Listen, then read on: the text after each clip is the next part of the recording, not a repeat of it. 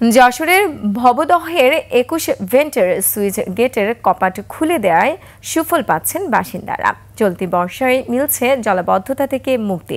বর্তমানে ভাটির সময় স্বাভাবিকভাবে নিষ্কাশন হচ্ছে আবদ্ধ পানি। খরচ কমেছে বিদ্যুৎ ও জ্বালানি তেলের। যশোর প্রতিনিধি শিকদার খালিদের তথ্যচিত্রে ডেস্ক রিপোর্ট। এতদিন অপরিকল্পিত ও অকার্যকর সেচ প্রকল্পের কারণে ভোগান্তির শিকার হয়েছেন ভবদহের বাসিন্দারা।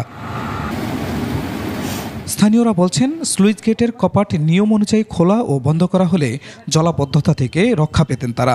তবে বিগত সরকারের আমলে যশোর ৫ আসনের সাবেক সংসদ সদস্য ও স্থানীয় সরকার প্রতিমন্ত্রী স্বপন ভট্টাচার্য প্রভাব খাটিয়ে তা বন্ধ রাখেন। স্বপন বাবু এমপি থাকাকালীন ওর ছেলে যে কাজ করা আছে করিয়ে আরো বেশি ক্ষতি করেছে আমাদের। বছর তো কোনোদিন গেট খুলিনি, আমি কিন্তু ফিরাই আসি। নদী পুজো ছিল এবছর তো 8টা গেট খুলে দিয়ে আমাকে পানি একটু কমছে। সবগুলো গেট বন্ধ ছিল, এবছর আমরা 8টা খুলেছি, আরো প্রোগ্রাম আছে, আরো নতুন করে কিছু খোলা হবে। আমাদের ওই পাশে এমন অবস্থা, রাস্তাঘাট দিয়ে ঠিক মতো চলাচল করা যাচ্ছে না। এবার মিলেছে মুক্তি। নদী খনন সহ স্লুইস গেটের 8টি কপাট খুলে দিয়েছে পানি উন্নয়ন বোর্ড। এতে স্বাভাবিক গতিতে নামছে পানি।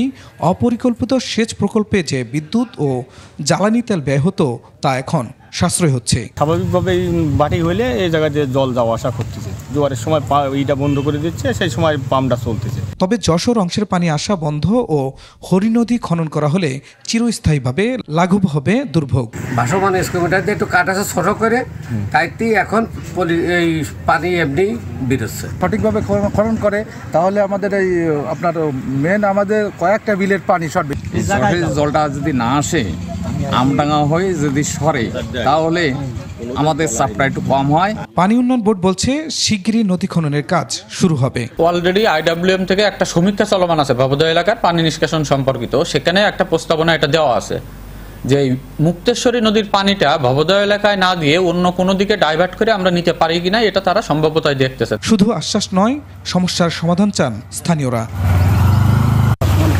Khurshid Alam, desk report, 21 television.